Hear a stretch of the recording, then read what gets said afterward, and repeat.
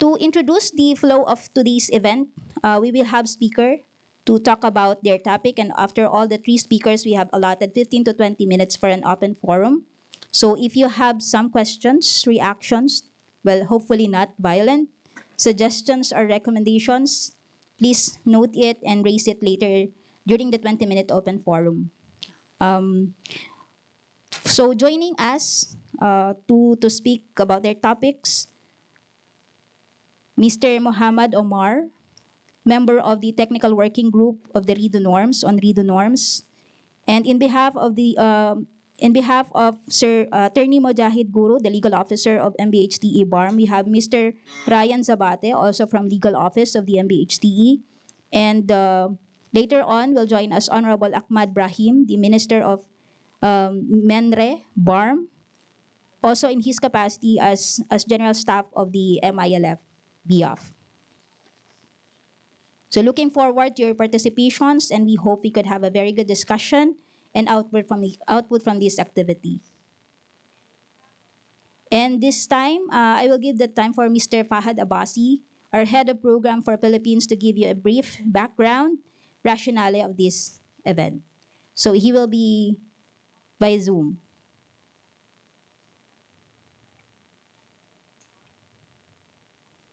Thank you, Nurain. Bismillahirrahmanirrahim. Can you hear me? Yes, we hear you loud and clear. I hope.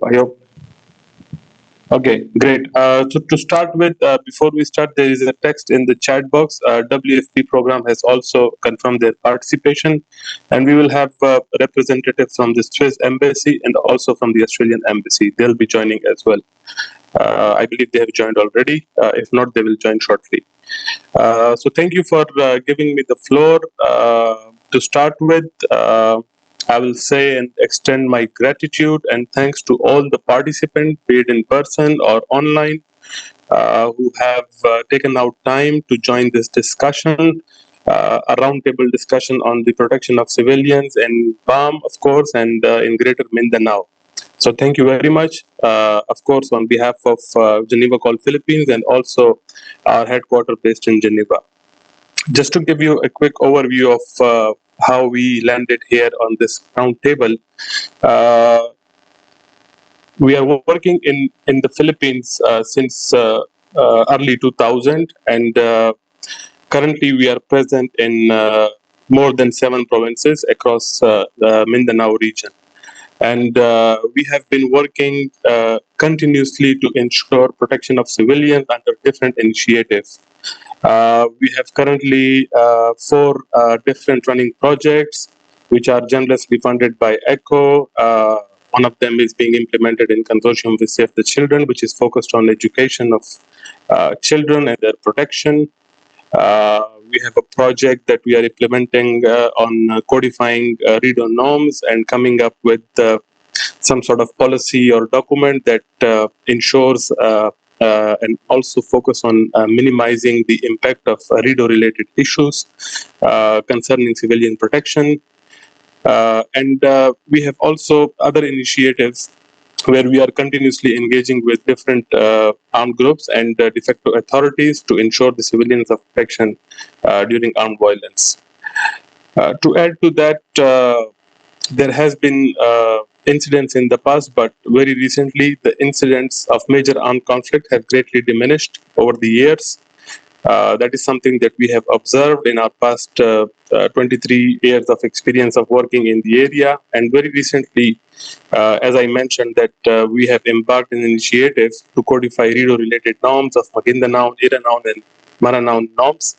And the overall objective was to develop a tool that will facilitate better understanding of the positive norms and influence behavior of warring parties, which is aimed to result in greater protection of civilians and communities. In line with this, we have organized this roundtable, of course, with our local, great local partners,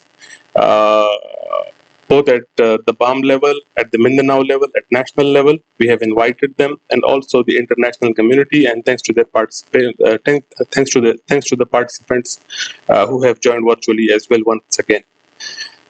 In specific, out of this discussion, what we want is to discuss the recent initiative of Geneva Call, of course, and also other initiatives associated with redo prevention to ensure protection. And also, we want to take this opportunity to present the efforts of transitional armed actors, MILFs, in promoting respect for humanitarian principles and also local protection issues.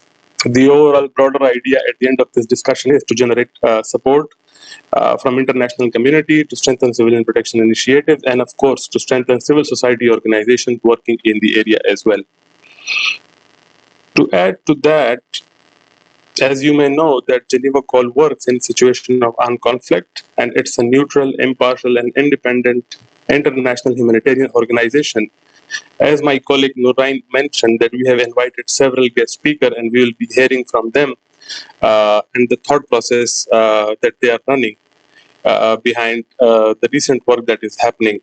We do understand, and based on our experiences, that the protection of civilian children and education in armed conflicts from our global experiences as well, and of course from our work in the PALM, it is very, very important, specifically in 2023.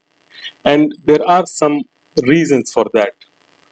The topmost reason is that civilian children and students are especially vulnerable to harm in armed conflicts, and we think that they may be caught in a crossfire, used as human shields, or forced to flee their homes, which has been happening in the recent past. They may also be denied access. There is a fear that they may also be denied access to essential services such as food, water, and healthcare, and of course, education as well.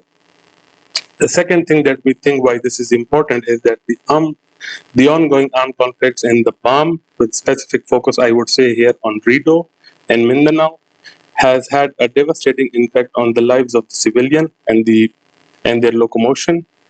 Thousands of people have been injured or have lost their lives, and hundreds and thousands have been displaced on regular basis from their homes, with education systems being interrupted. And at some point in time, I can say, based on the evidences that is available, that their access to basic services has been interrupted a great deal. The conflict has also disrupted many other areas. This is important is because protecting civilian children and education is essential for peace building and development in the BAM. And when people feel safe and have access to education, they are more likely to contribute to the rebuilding of their communities. In 2023, the Bangsamoro Autonomous Region in Muslim Mindanao is still recovering from decades of armed conflict. This is something that every stakeholder might acknowledge. The conflict has caused widespread displacement, poverty, and underdevelopment. In this context, the protection of civilians and children and education is essential for peace building and development. The Bangsamoro Transition Authority, the interim government of BAM, has made the protection of civilian children and education a top priority. This is something that we can confirm because of our recent engagement that we had with the Chief Minister Office, with the Ministry of Education, with their implementing arms. The BTA has also passed a number of laws and policies aimed at protecting civilians, including a law that established a Human Rights Commission in the PALM. The BTA has also allocated funding for education and other social services, which is a great initiative, and looking forward to see what will be the impact of that. Despite these efforts, the protection of civilians and children in the BAM remains a challenge. The region is still home to armed groups, and there have been reports of civilians losing their lives or injured in clashes between different groups and different actors. In addition, the region is also plagued by poverty and underdevelopment, which makes it difficult to provide quality services, including education, to the people who needs it. Despite all these challenges, the protection of civilian children and education in the BAM is essential for peace building and development. I'm de-emphasizing over here again. Lastly, I would say for this specific initiative, the roundtable that we are planning, that this will be not a one-time event and we'll be conducting this more frequently in the near future. Based on our global experiences, this is one of the tool, a roundtable discussion or an advocacy session with relevant actors, which is aimed at protection of civilians, and it can be very effective And we have seen a lot of positive outcomes and results based on such initiatives. The overall idea for today's session again is to ensure that the rights and the safety of the civilians are protected in armed conflict. The idea is to share information and best practices. Please feel free to do so. To build consensus on the protection of civilians, we wanted to make sure that we bring people and we bring organizations and we bring different stakeholders with diversified background to help identify the common goals and areas of cooperation and where they can potentially collaborate, and also to raise awareness among the key stakeholders. Lastly, the idea is also to generate some recommendation which our team will be working on. And I'll take a pause over here and see if there are any quick reflections. If not, I'll hand it over to my colleague Nurain. Thank you very much.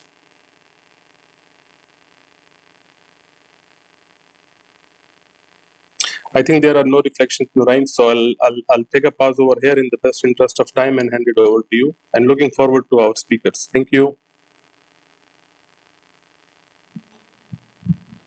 Thank you very much, Sir Fahad, for briefly